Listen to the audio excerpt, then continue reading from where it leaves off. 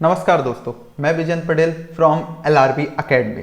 सी language सीखने की इस सीरीज़ में ये हमारा 33 ट्यूटोरियल है और स्ट्रक्चर्स की कुछ आगे की चीज़ें कवर करने वाले हैं जो रह गई थी।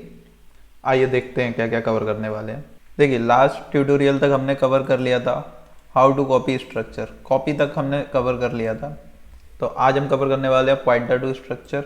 पॉइंटर कैसे बनाना है, कैसे एक्सेस करना है पॉइंटर से members, self referencing structure, structure as function argument, structure type function, और फंक्शन में आर्गूमेंट में किस तरह से पॉइंटर को पास करना है स्ट्रक्चर के। तो आइए एक एक करके देखते हैं।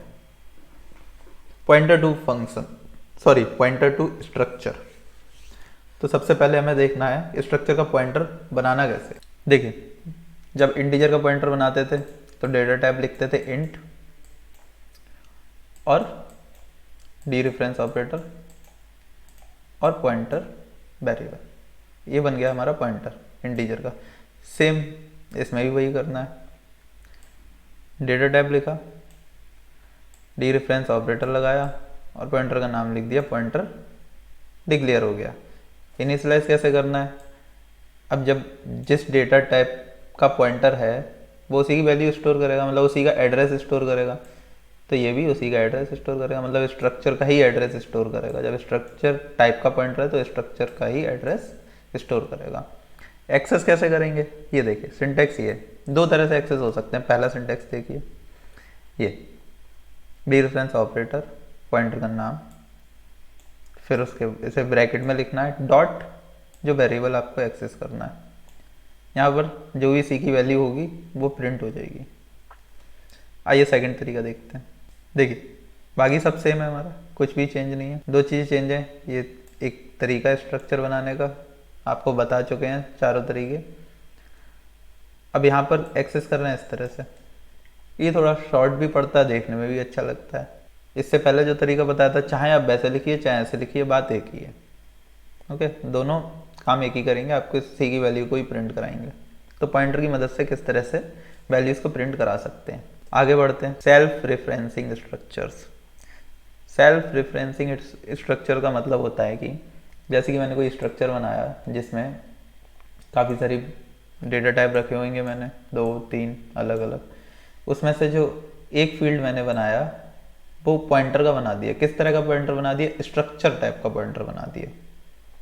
जो स्ट्रक्चर टाइप का पॉइंटर बना दिया मैंने इस फील्ड को, जो किसी भी स्ट्रक्चर के एड्रेस को स्टोर कर सकता है। मानिए दो स्ट्रक्चर बने हुए हैं, ये दो स्ट्रक्चर बने हैं, मानिए ये S है, ये S1 है। ओके, अब इसमें 3 फील्ड हैं, सब में लास्ट वाला जो फील्ड है वो है पॉइंटर का।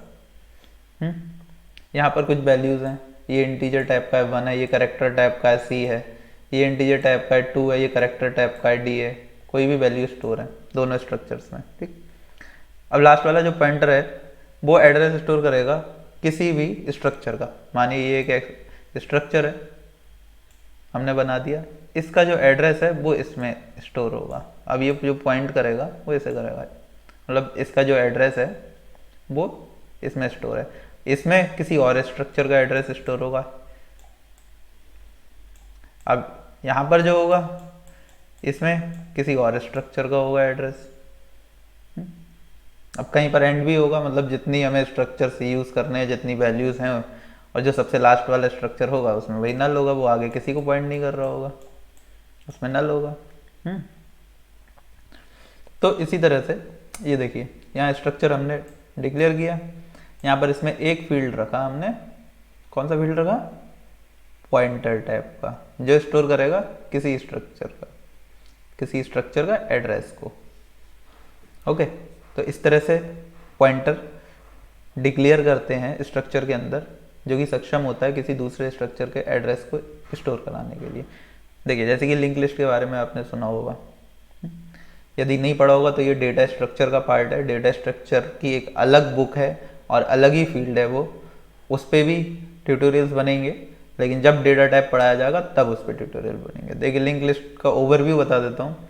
लिंक लिस्ट क्या होता है, देखिए ये एक स्ट्रक्चर है, स्ट्रक्चर का एक वेरिएबल होगा, ठीक, या फिर एक स्ट्रक्चर का ये से, इसमें वैल्यूज़ है यहाँ पर ये पॉइंटर है जो आगे वाले को पॉइंट कर रहा है, इसमें वैल्यूज़ है आगे वाले को पॉइंट कर रहा है, यहाँ पर पॉइंटर है, यहाँ पर आपका पॉइंटर है, इसमें एड्रेस है, ये आगे वाले को पॉइंट कर रहा है। जो सबसे लास्ट वाली है उसमें नल है, वो किसी को पॉइंट नहीं कर रहा, मतलब जहाँ पर नल मिल गया वहाँ पर एंड है लिंक लिस्ट का। डबली लिंक लिस्ट में क्या होता है, इसमें आगे और पीछे दोनों तरफ पॉइंटर होते हैं, बीच में वैल्यू होती है। मतलब ये जो पहला वाला पॉइंटर होगा वो पीछे वाली नोड को पॉइंट करेगा और आगे वाला आगे वाली नोड को पॉइंट करेगा, इस तरह से। डबली लिंक लिस्ट में क्या होता है, हमारा जो पॉइंटर होता है वो राइट लेफ्ट दोनों तरफ मूव कर सकता है, लेकिन सिंगली लिंक लिस्ट में सिर्फ राइट मूव करता है पॉइंटर। Got it. आइए आगे देखते हैं। अच्छा, एक चीज़ और इसमें बता देना चाहता हूँ, इसका एक मुझे लगता है कि काफ़ी, लगता नहीं है, ऐसा है, मतलब ऐसा है कि एरे और इसमें, जैसे कि मैं आपको बताता था कि दो स्ट्रक्चर है, मानिए S1 और S2, तो मैं आपसे कहता था कि दोनों के एड्रेस अलग अलग होंगे, कॉन्टिग्यूस नहीं होंगे। तो मानिए ये वाला जो स्ट्रक्चर है इसका एड्रेस 1 है, तो ये वाला जो स्ट्रक्चर है इसका कुछ भी हो सकता है, मतलब 10 भी हो सकता है, 100 भी हो सकता है, 1000 भी हो सकता है, जरूरी नहीं है कि 1 के बाद 2 ही हो। कोइंसिडेंस हो सकता है कभी कि आपको 2 मिल जाए, लेकिन बहुत कम चांसेस हैं। लेकिन 2 मिल जाए इसका मतलब ये नहीं है कि ये कॉन्टिग्यूस हो गया, क्योंकि इसके अगले वाले का हो सकता है कि भाई 200 हो। तो ये अलग अलग लोकेशन पे स्टोर होते हैं।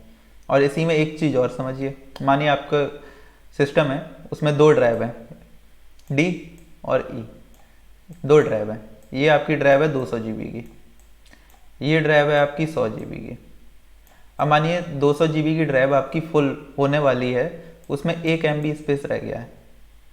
मान लीजिए 200 MB की ड्राइव फुल होने वाली है, उसमें स्पेस रह गया है 1 MB का सिर्फ। अब आपने एरे बनाया, एरे तो पढ़ ही चुके हैं, कंटिन्यूअस लोकेशन होती है। आपने एरे बनाया जिसने मेमोरी कंज्यूम कर रहा है हमारी 200 डी ड्राइव में, ठीक, डी ड्राइव में। अब इसका साइज जो है एरे का वो है 2 MB, वो कितना है 2 MB, लेकिन हमारी ड्राइव में स्पेस कितना है 1 MB। तो अब क्या होगा, अब ये मेमोरी फुल दिखा देगा। क्या दिखा देगा, मेमोरी फुल दिखा देगा। नहीं हो पाएगा, ये अलोकेट नहीं हो पाएगी मेमोरी इसके लिए।